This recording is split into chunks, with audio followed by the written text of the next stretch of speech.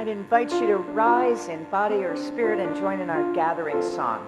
Oh, I woke up this morning. It's in your gray hymnal, 153.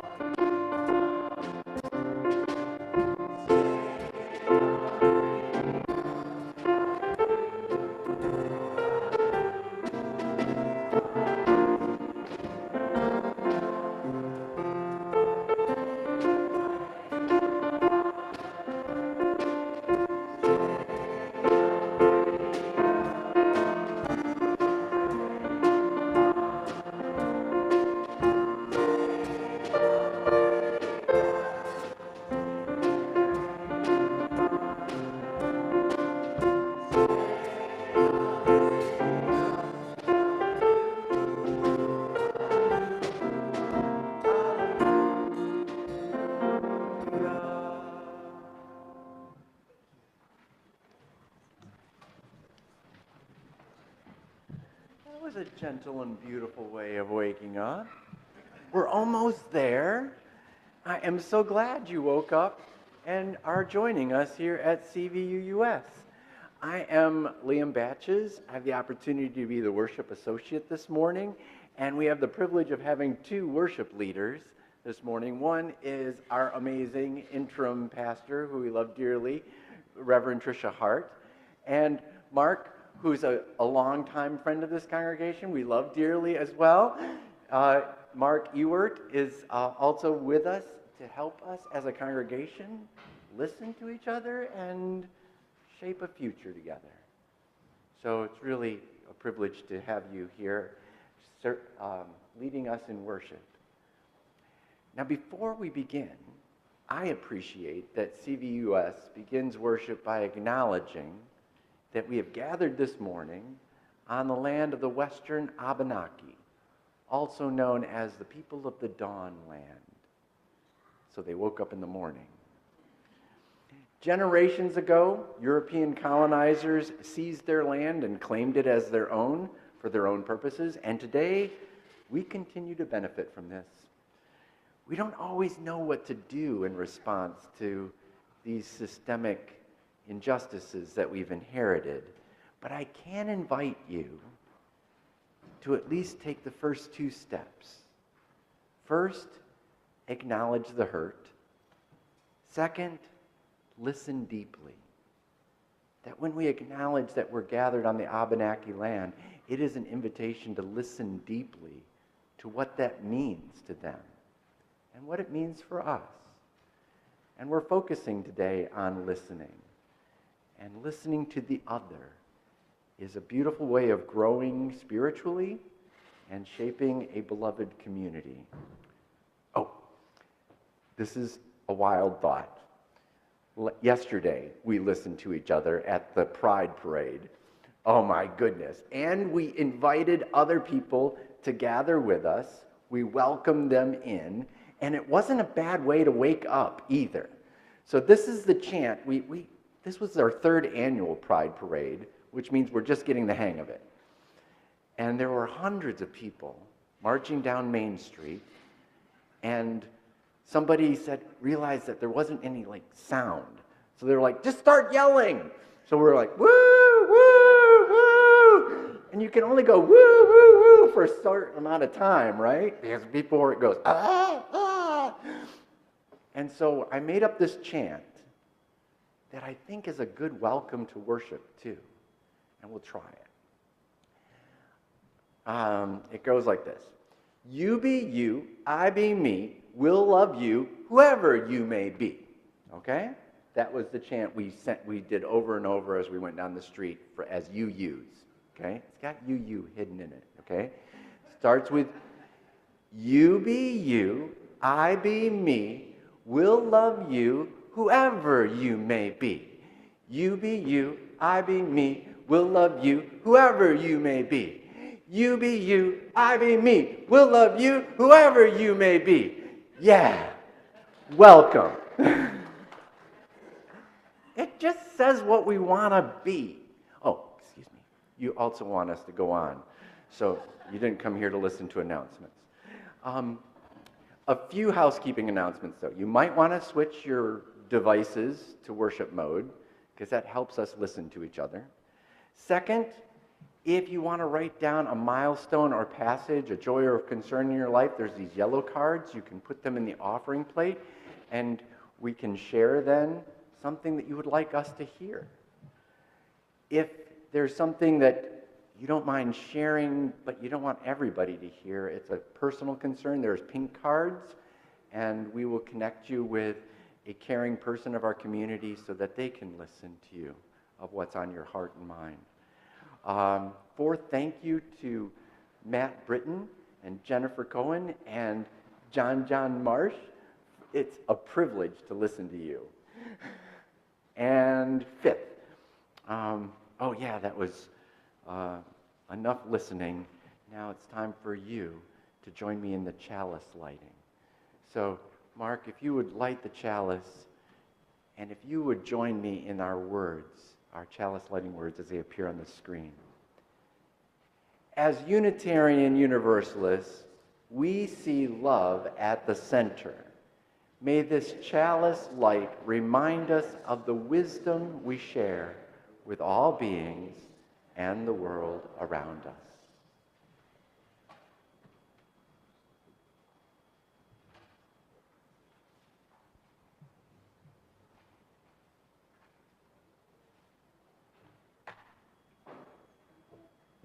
The opening words this morning were written by a friend and a colleague, Eric Walker Wickstrom, and he calls this Why We're Here. Here, today, in this place and with these people, may we listen so that we can hear. May we hear so that we can feel. May we feel so that we can know. And may we know so that we can change ourselves and this world. May this chalice we light our way. I'd invite all of us to rise in body or spirit and join in our first hymn. It's number 38 in your gray hymnals. If you like to see the music, the words will also be on the screen. It's Morning Has Broken.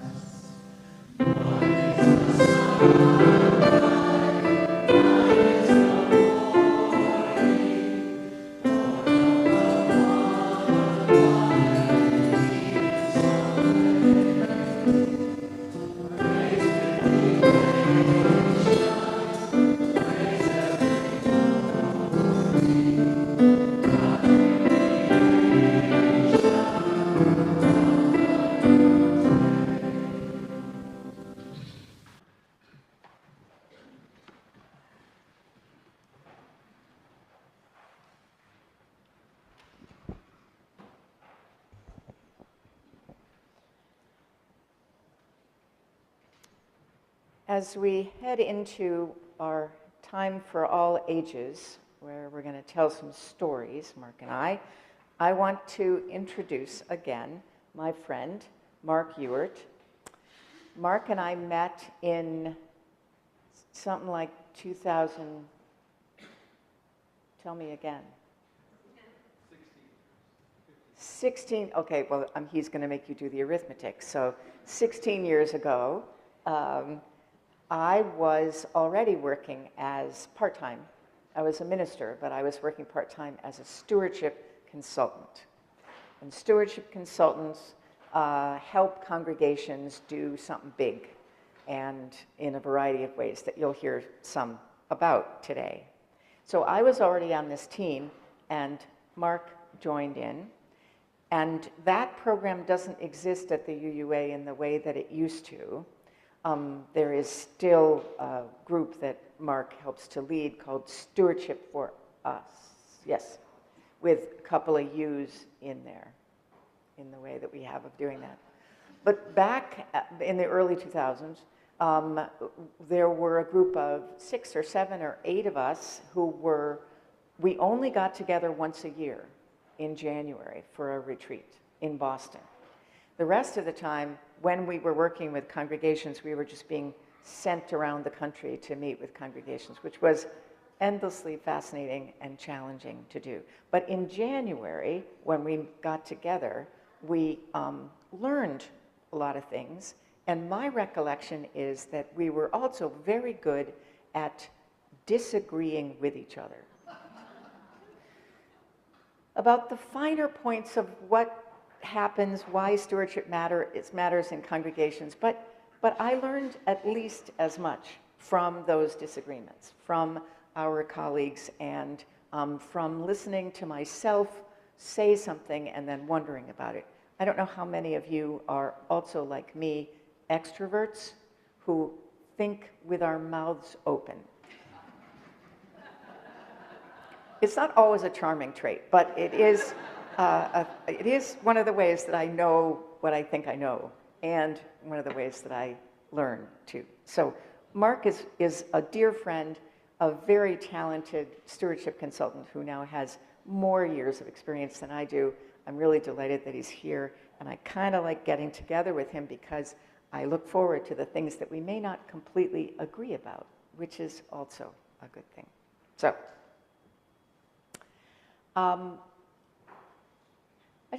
we're going to do a fair amount of dialogue this morning. Does that microphone work? I think it does, if it's on. I don't know how to turn it on. It's actually, there's a green light. Now it works. That's good, that's good, that's good. Okay, so I just want to start out with something, and I'm hopeful that Mark will talk to you in response to this question. So in all this work that you've been doing with congregations over all these 16 years,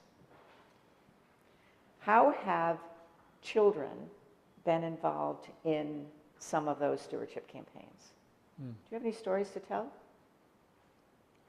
Let me tell just one story about Stowe Acton, Massachusetts. There was Stowe and there was Acton, congregations in both, and they had merged many, many years ago. They were in an old building, and they were trying to solve a couple of things. One was you couldn't get from the sanctuary to the fellowship hall where the bathrooms were without going outside the building, down a rather steep path, and then in a different door. You could walk down the stairs indoors, but if you were differently able and couldn't go down the stairs, that was your choice. Go outside, and you can imagine how cold and icy it gets. I know you can imagine how cold and icy it gets in Stowe Acton. The other thing they were trying to solve for was their religious education building was across the parking lot, which was gravel at that point. And so just when people would be kind of skidding into the parking lot, it was down a big hill. Kids and elders were trying to cross the parking lot. So it was a kind of inherently dangerous situation. It was amazing no one had been injured. So I was helping them to envision how they could change the congregation. And one of the things they did was they asked all the kids and youth in the congregation to draw pictures of what the congregation would be like when they were adults. So they asked the kids to envision themselves as adults in the congregation and then draw a picture of what the congregation would look like. You can imagine how precious these images were. They were very cute, because it was kids of all ages. They took those images and they turned them into a set of greeting cards. And then when they had the campaign, they had the kids write thank you notes on those cards to everyone who had turned in a commitment for the capital campaign and send them in the mail. And you can just imagine what it would be like to receive a card that was drawn by a child that you probably know in the congregation, and then a little handwritten note from them. I think it was really a wonderful, wonderful part of that process. Tricia?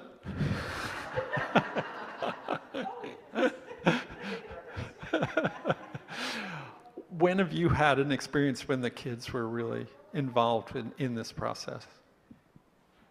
So a number of possibilities come to mind, but your story reminds me of when I was working with the congregation in Reading, Pennsylvania, which was pretty close to where I was serving at that point in Lancaster. And Reading is a bit of it's an old city, and it's a city that is still finding ways to, I'm trying to figure out how to say this, look happy. Reading, Pennsylvania is a city that looks kind of tough and maybe not happy all the time. And where the church is in that city is in one of the kind of tougher parts of the downtown. They loved that location. And they bought the capital campaign, the second one I did, because the first one was about the heating system, which made so much noise when it came on during the service that it actually interrupted the sermon. But that wasn't that campaign. So later they bought this house, which was right next door to the church. And this was a house in very tough shape, but they needed and found a way to renovate it and create connections between the church building and this other building. And the children knew that there were going to be spaces for them, for their classes in this new building. They'd heard about this. So they were invited to paint a picture of a church. And it was very general. It wasn't draw a picture of the way you hope your classroom will look. It was just draw a picture of the church, our church, as it is growing and changing. And the children did. And these paintings were wonderfully impressionistic. And none of them was just about an individual space. They were all about the building and the whole congregation meeting together. And so they painted these paintings. They were framed, maybe only in matting, but they were framed and hung up in the hallway. And there was an art show, and everybody loved them. And some bright person had decided to actually put prices on the paintings. And of course, all of the proud parents and grandparents needed to spend lots of money to buy one of these beautiful paintings, and that went into the campaign. So not quite as classy as having the kids write the thank you notes, but it was a wonderful thing. And I think most of the paintings were donated back to the church, so they're hanging in the hallway, probably even now. Children are very clever, and I was thinking of that this week when Liam and I were talking about this service, and he told me a story about his daughter and some of her wisdom about congregations, and I asked him if he would share it with you. My daughter is an example of how children can be beautiful troublemakers. And I was on staff at a fairly large church in Holland, Michigan, where Betsy DeVos comes from. And we had 3 full-time ordained pastors, and I was in the middle. And my job was to coordinate a ministry fair in which all the groups of the church and the choirs and things like that would set up a little booth and recruit members or other people to join the group. And I asked my daughter if, hey, Lydia, do you want to help out with the Sunday school booth? And she said, like a perfect pastor's kid, no, Sunday school's dumb. What do you mean it's dumb? She said, well, I spend all week with kids my age. Why do I want to come to church and have to spend another day with them? I mean, the church is made up of all different ages. Why can't I be with Grandma Joyce? Grandma Joyce happened to be an older lady that Lydia liked to sit next to when I was up front yapping. And so I'm like, well, what would you and Grandma Joyce want to be? She said, I want us to do a green team. My daughter was a militant environmentalist and vegetarian, and she knew that she had an ally with Joyce, and so they were going to start a green team. And I'm like, well, what would your green team do? Well, we'd put a nature trail around the church that could be used by the school that's nearby or the retirement community. They could use the nature trail, and we could do that. I'm like, okay. So off they went. We went with created the green team.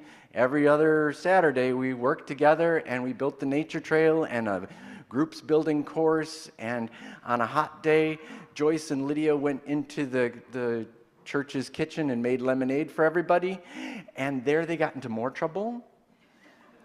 They found the glass communion cups that this church didn't use anymore. They used the plastic throwaway things. And Joyce and Lydia were like, this is just wrong. And so they insisted that the church stop using the plastic throwaway and that Joyce and Lydia were going to do the dishes after communion. And that's what they did. It was beautiful.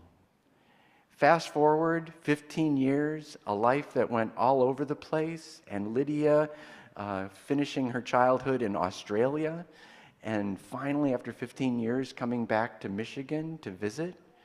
And what does she want to see? She wanted to see the nature trail and have a pizza lunch with Joyce. Cool. Thanks.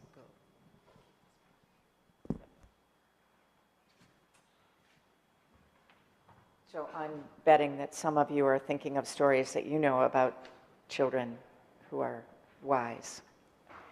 And I'm about to invite the children and their teachers to head over to Fenn House to do the religious exploration plan that you have for today. And I don't know, if you feel like it, you might spend a minute or two talking to them about what their ideas might be about this congregation. If not today, then some other day. Let's sing the children out. The song is This Little Light of Mine, Please Rise in Body or Spirit.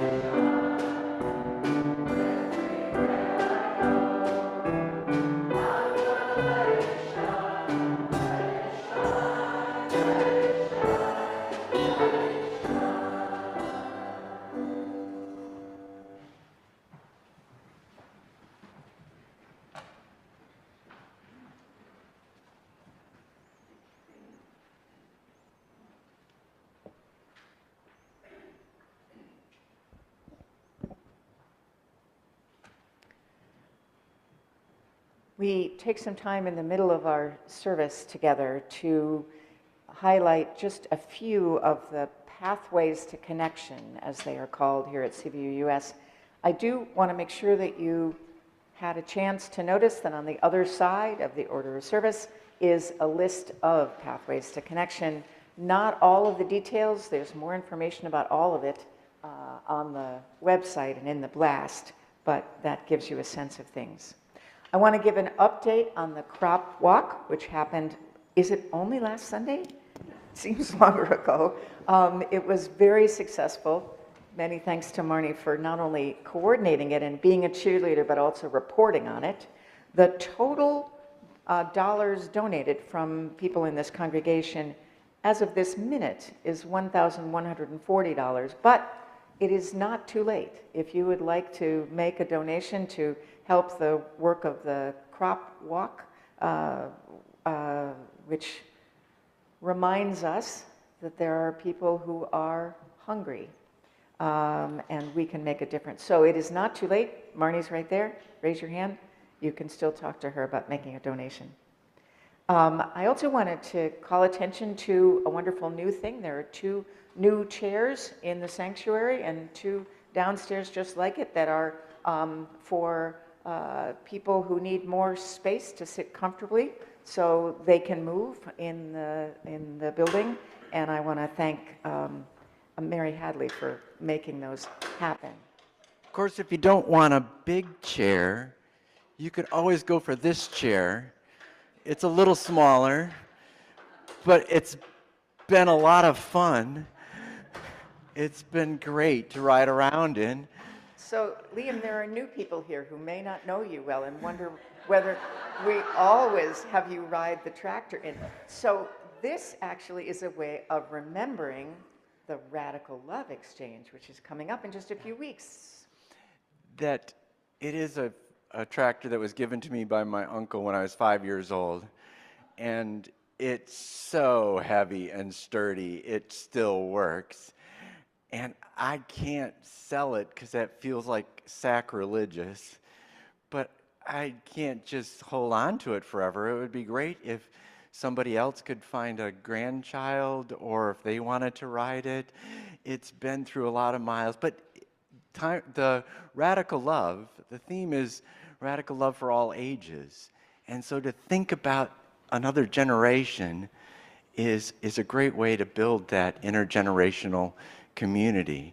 So, and I'd have to thank Claire Long for inspiring that. Claire, a 6-year-old who last year at the, I don't know, is she 6, maybe 7? She offered to bake bread for people.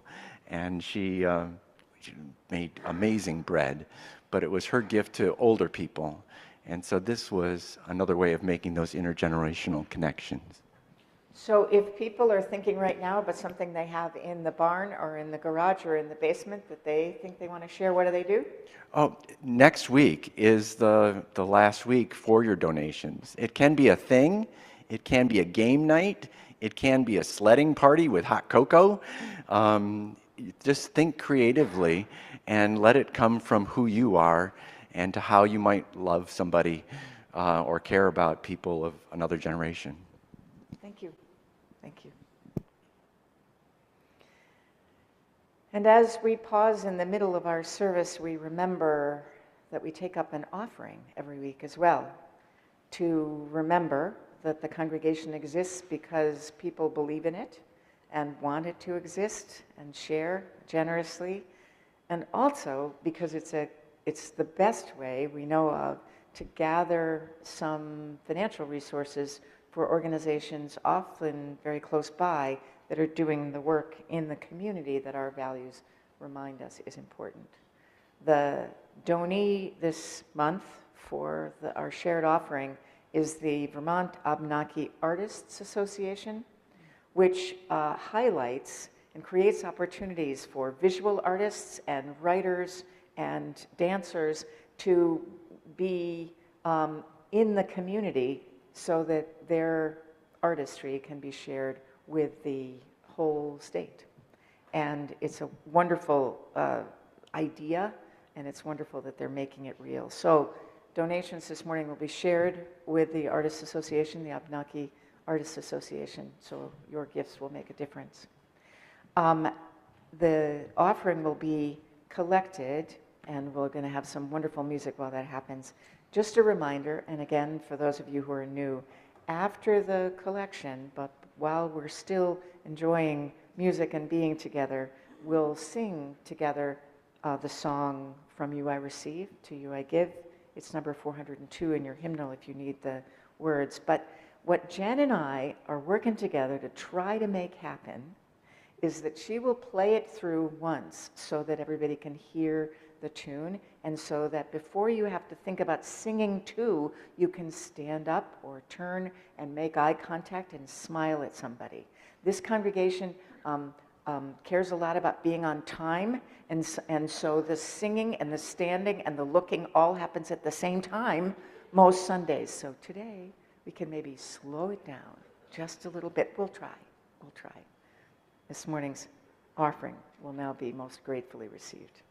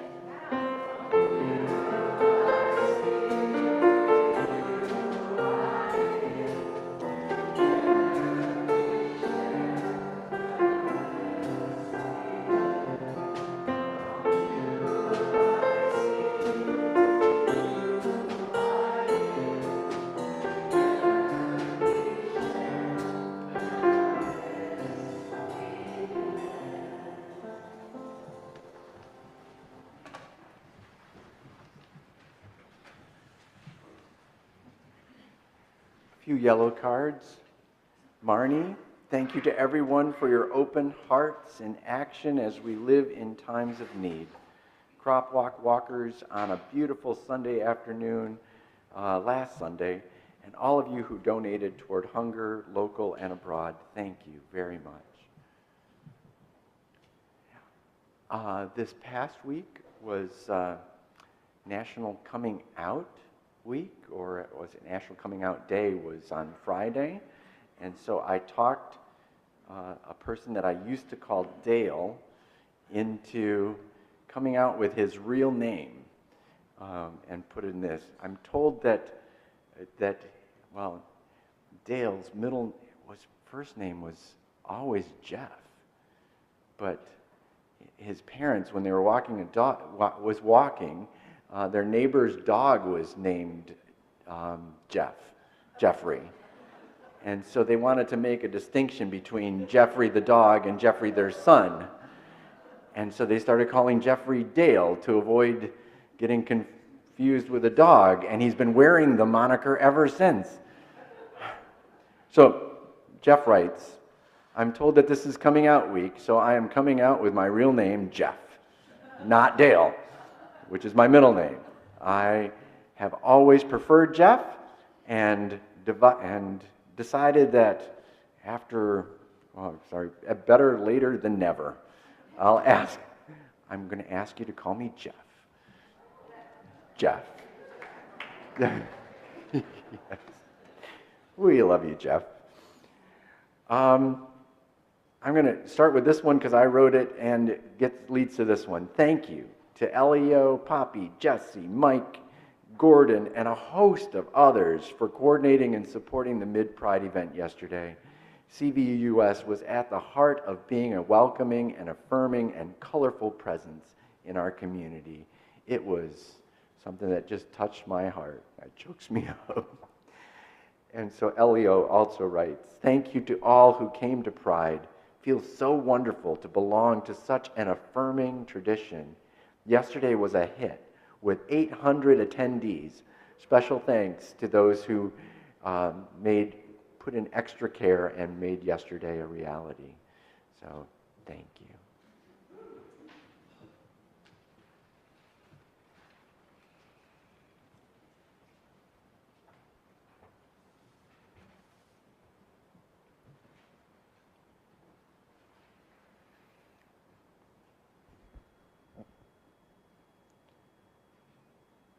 For our meditation today, as is one of our customs, I want to first say some spoken words, and then we'll sit in silence for a couple of moments.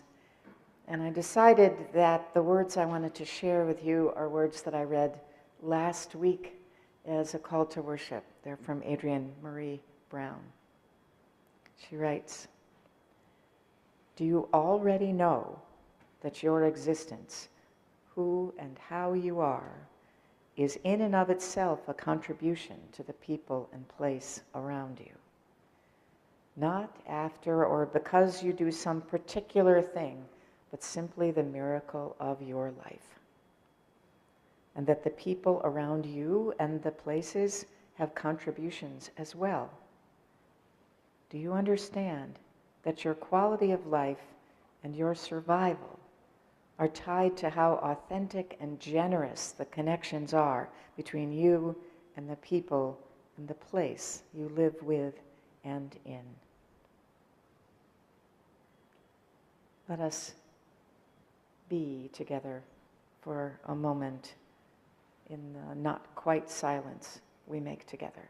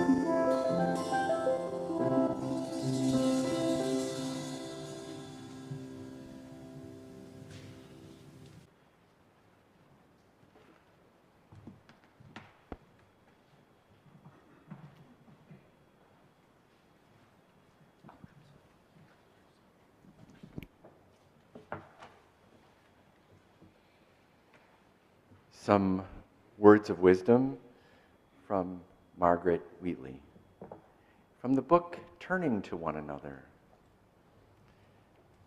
We can take courage from the fact that many people are longing to be in conversation again. We're hungry for a chance to talk.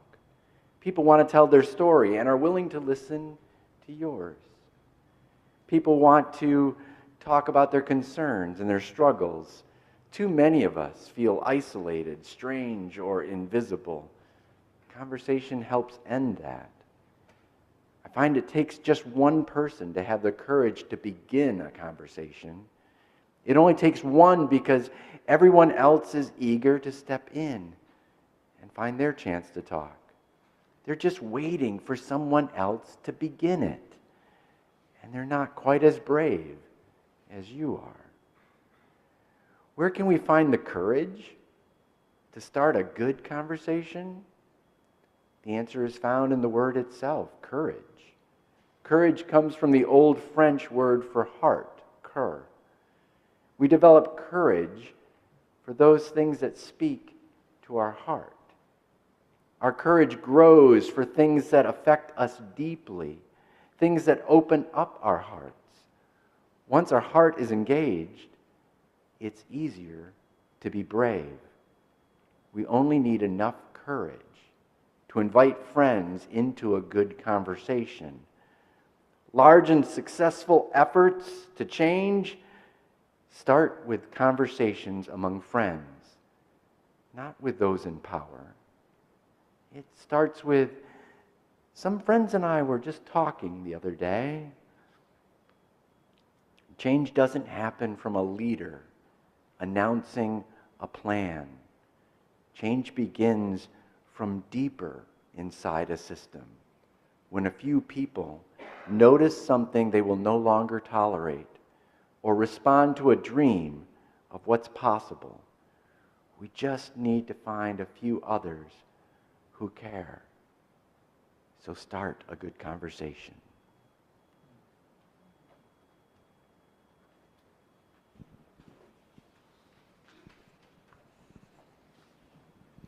So Mark and I are going to stay up here.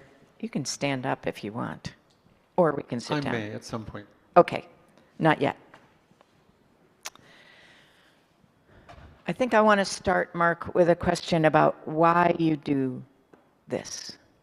What is it about working with congregations that are at some important point, usually that requires a bunch of money, that feeds you? That's a good question. And I'm not sure if I've been asked that before in doing this work. So I've been working with congregations for about 16 years across the country. I mostly am on the East Coast these days because I have colleagues in the middle and colleagues on the West Coast. And I've worked with small congregations and big congregations and urban congregations. And part of why this work really feeds me comes from my personal history. I grew up moving around a lot. I went to a different school every year of my school career until my last 2 years of high school. So my community was really my family, and I grew up in a Catholic family, and there wasn't the kind of community connection within those parishes when I was growing up. So when I found a UU congregation and realized it's an intergenerational community that really cares for each other and does work together to benefit both the congregation and the surrounding communities, where people would really know me. I mean, it's interesting, I belong to All Souls in DC, which is a large congregation, so very different than here. Many Sundays, I won't know 3/4 of the people in the room. And yet, that's also a place where people really know me. They've known me through times of sorrow and times of joy and celebration. And I know a lot of them. So we are actually really a community, and it's been a revelation to me. So that's one more personal reason. A different reason is more that every UU congregation is really unique. So it's not like I can just bring my work to the next congregation and do it the same way. Obviously, when I work with congregations, I provide timelines and samples for people to look at that other congregations have used. That's useful. But this congregation is a different culture, a different set of dynamics, a different situation, different setting than any other congregation I've worked with. So it's a constant, it requires constant learning and listening on my part so that I can help you all do what you do. It's much less about me in the end. And I really, that's really feeds me in a way. So I also believe that, very much like Margaret Wheatley, that groups like this are what will change the world in the end. And the more groups like this that we can create, the more change that we will create. How many of you have heard of David Sloan Wilson? Nobody. Okay, that's interesting. David Sloan Wilson is an evolutionary biologist in upstate New York, and he studies groups from an evolutionary perspective. He wrote a book called Darwin's Cathedral. So if any of you are interested in Darwin, you may want to look at his book. David Sloan Wilson, through his studies and research, has found that church congregations are the most evolutionarily resilient and adaptable of any group in American culture. Wait, say that again? David Sloan Wilson has found that church congregations are the most evolutionarily adaptive and resilient in American culture because very high cooperation, very low competition, right? So we aren't competing for power. We are cooperating together to create good within the congregation and outside the congregation. And that we're operating off a set of values, in our case, the values flower with love in the center, that support positive social change. So he really believes, I've done a bunch of reading around an organization that he's created called Pro-Social World. So you can also look them up. Pro-Social World is the name of the organization. And I really believe it. I've definitely seen congregations change over time, adapt over time. New people are always coming in and bringing change. And it's just really inspiring work to do. Cool. So how does that connect up with this stewardship, fundraising, money part of your work? Why does that play in to this evolutionary resilience? When people are living together cooperatively, like in a congregation like this one, you all cooperate to make all of this happen. So in a sense, we are very countercultural to a kind of negatively capitalist culture that teaches you that status is about power and control, that the more better things you own, the more important you are. So just by being who we are and doing what we're doing, we are finding ways to change that story. So if a congregation is going to do a capital campaign, for instance, you're going to wind up doing it for purposes that the whole group has agreed to. So it's a cooperative agreement. And everyone will give resources, volunteer resources, intelligence resources, financial resources to make it happen as they can from where they are. So different people will give different levels because they have different economic lives, for instance. So there is a part of it that ties directly into that. Let me just say one more thing, and that is that When I work with congregations around their annual pledge drive that funds the annual budget, one of the things I don't often find people recognize is the resilience in the collective. So you're all a group of people who are supporting this organization and all of its missions and ministries all together. That creates resilience. It's not just a few folks who make it happen. It's all of you together as you can. So I hope you can see how those kind of pieces are fitting together. Okay, so congregations go through their lives and sometimes come across an important, sometimes urgent, sometimes just this is going to make a big difference project that they want to do that's going to cost more money than they have. And so, for example, this particular congregation has a part of the roof above our heads that needs to be replaced. Okay, so that's urgent and it costs a lot of money. And I understand there's a spot where you can see, anybody know where that is? Oh, Jean's going to actually tell us. Right above the speaker. Oh. Now everybody's going to stare at it all the time. So that's a particular challenge. Right. There's some money, there needs to be more money in order to be able to take care of that.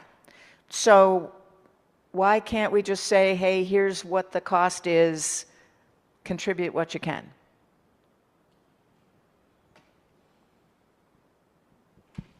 So let me tell a story about Davenport, Iowa. And Reverend Tricia has been to Davenport, Iowa. Anybody else been to Davenport, Iowa? Anybody been to the UU congregation there? Quite a few people. It's a pretty cool place. Okay, Yeah. cool. Davenport, Iowa, I really loved working with them, with that congregation.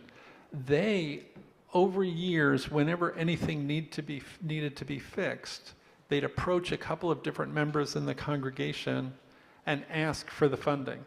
So when the HVAC went out, they went to this couple and asked them to fund the HVAC. And when they needed to fix the roof, they went to a different couple and asked them to fix the roof. So they had not had a capital campaign in, I think, 25 or 30 years by the time that it was a long period of time. I don't remember how long it was by the time I was working with them. The challenge with that is they missed the opportunity to say, well, let's not just keep this old used car running well enough to get us to and from work. What kind of car do we need now? What kind of congregation do we want to create for the future? So you don't get a chance for everyone to envision together what the congregation might be able to do that they can't currently do. The other challenge with that is that if you're just going to various people to ask them for funding, you're not engaging the whole congregation in a chance to make the congregation their own. So if new people arrive, they find this gorgeous building, it doesn't necessarily feel like theirs as much as if you're involved in a process where everyone can contribute together to some kind of substantial change. And then everybody's on the same footing as far as stewardship of the congregation. Because no one ever disagrees, right? Sorry, that was definitely not a question we rehearsed. So did Davenport decide to do something different than they already knew they wanted to do? So Davenport ended up, I don't remember the exact details of it, but there were things that they had to do, so they were going to address that. And because they had this opportunity, they did some envisioning to do things differently. So I don't remember exactly, they were launching a new program, I believe. So they took that opportunity to think beyond. And part of what's important about that is some members won't be motivated by the roof needs to be fixed at all. Some members won't even be motivated by a little problem that you can see in the sanctuary on a Sunday, but they may be motivated by a greater ambition, a more inspiring ambition of the congregation. So that worked for Davenport. Cool. Would you tell just a little bit of the Baton Rouge story that you told me? Sure. So I worked with Baton Rouge, Louisiana, which is a wild place to have a UU congregation because it is universally conservative Christian there. I mean, it's the kind of place where if your kids go to school, they get asked by other kids, where do you go to church? And if your answer is not a Christian church, you're already a strange kid in the school. And so let me just say one thing more towards the end of the story, but it'll give you an idea of the place that the congregation has in the community. And that is, when we actually had a capital campaign, they gained a couple of quite large gifts anonymously given from outside the congregation, because there were people in the community who so believed in what they were doing who couldn't attend and couldn't be seen as supporting it because of their place in that community. So they were really kind of radical, even though they were just doing what you were doing, but in a very different setting. So I worked with them around a project to do some renovations in their sanctuary. They had an all-flat floor. They didn't have a riser like this, so that their members were finding they couldn't hear and see well, so they wanted to do that. They did some other renovations in different parts of the building to make it more flexible, usable, accessible. And they kind of redid their parking lot, and they created an electronic sign on the road. The congregation is on a fairly busy road where everything is set back, and there's big old trees. They had a modernist building, which is not a big surprise for UU congregations like yours, but they wanted an electronic sign to be right on the main road, which is what many of there were other businesses and educational kinds of buildings, and they all had signs right on the road, so they had no problem getting approval for an electronic sign. So two parts of that are interesting to me. One is that the congregation had helped form an organization called Together Baton Rouge.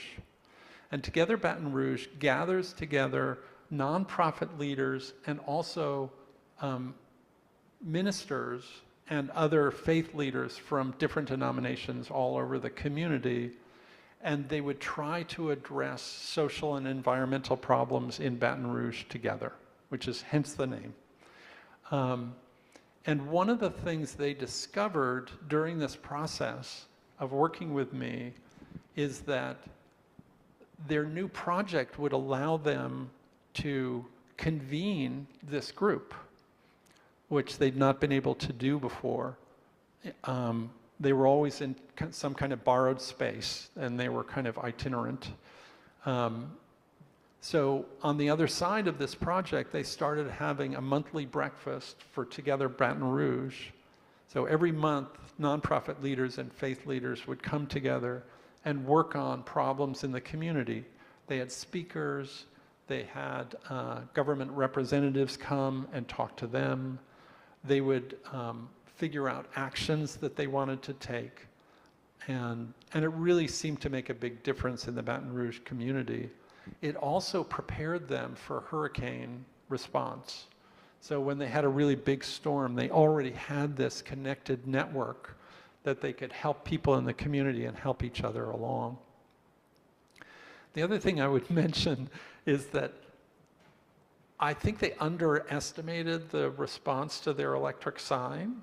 They had no problem with the city getting it approved, but when they started to put pride messages and anti-racism messages on their electronic sign, it was destroyed a number of times. So later in our work together, I helped them raise kind of a fund that would be ongoing so that they could keep replacing their sign. because they insisted on, having that sign and putting up messages that represented their values. So. Okay, we can't do this all day, even though it would be fun, because now I want to tell a story about an electronic sign, and I won't, in another congregation. So this is my opportunity to say, if you want to hear more from Mark, you actually can today at 11:30 or so. We're going to have a congregational conversation right over there, and Mark is going to talk more and answer more questions. But I have a question for you, uh-oh, quickly. question for me. Yes. So, you've been at CVUUS long enough that I could ask you, what do you think, where do you think the congregation is? What opportunities might they be thinking about as they step into this process? Let me just say before she answers, we're in a process now of trying to figure out the scope, what that might include, and what the big purpose of this project that you're initiating might be. In addition to the roof. Correct. In addition to doing a better job of funding why have I blanked on the name of the building team? The building reserve, thank you. In addition to the annual canvas, in addition to an idea of paying off or largely reducing the mortgage that this congregation is still paying and spending $54,000 a year to pay mortgage payments, which is not a small amount of money. So there are lots of ideas out there, and I don't know. I actually sort of love the fact that the team if you're on the team, which doesn't quite have a name yet, would you just raise your hands, bunch of people? I kind of love the fact that there isn't yet a name for this campaign. And I think that's tied to the fact that there are a number of different related but different possibilities. I don't know what the congregation is going to decide, but it is very fun and exciting to think about some of the possibilities. This is a congregation that's already very much a part of the community of Middlebury. This is a busy building. By the way, I'm going to ask you to help move the chairs to the side after the service because there's a blood drive here tomorrow. That's just one of the many, many things after the service, not right now. This is one of the many, many things that this congregation hosts here. My understanding is that when the building was being planned, it was clear that the congregation wanted this to be a place that the community felt welcome to come and to be in, to work on, as the Baton Rouge folks did, both their challenges and also how this congregation could help more. There are issues about the use of this building, therefore. If it just got closed up on Sunday afternoon and not used until Sunday morning, it would not require as much maintenance or cleaning, and it would be less expensive and much less interesting. So the question of what and CVUUS wants to be, can be in the community in the future, frankly, is that's the central question that I'm really looking forward to all of you and other people who aren't here today having a chance to talk to each other about. There are lots of ideas. Can't choose them all, perhaps, but it's a wonderful opportunity to think, how can the congregation, I understand that the 15th anniversary of this building, we just celebrated a couple of weeks ago. So what's the next 15 years? What's the next 45 years? You all get to think about that and along the way come up with a name for the campaign. And I am really excited to be here, and I think Christina is as well. She's sitting in the back there. To be here as you go through that discernment process. So we're here today to talk about questions and not give you answers. And we hope that that is exactly as you want it to be in good Unitarian Universalist fashion. Thank you, Mark. Thank you for being here. Let us sing. And my understanding is Jen suggested this hymn, We'll Build a Land. I thought it was a great idea, and I didn't know that that apparently was the theme song of the campaign to build this building to begin with, which I didn't even know. So it's number 121 in your gray hymnals. I hope you will rise in body or spirit and join in singing.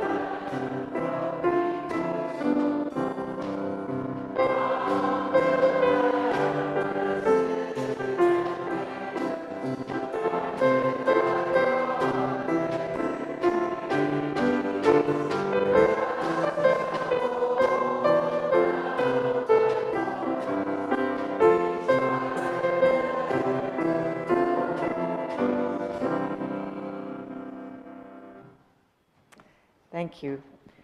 Mark, would you extinguish the chalice while we say together these words? You can sit down. Sorry, I didn't make that clear. Not you. We extinguish this flame, remembering always to keep love at the center. There we go. Let's do it again. We extinguish this flame, remembering always to keep love at the center. Thank you. The closing words are from Rebecca Ann Parker. Choose to bless the world. The choice to bless the world is more than an act of will, a moving forward into the world with the intention to do good. It is an act of recognition, a confession of surprise, a grateful acknowledgement that in the midst of a broken world, unspeakable beauty, grace, and mystery abide. None of us alone can save the world. Together, that is another possibility waiting.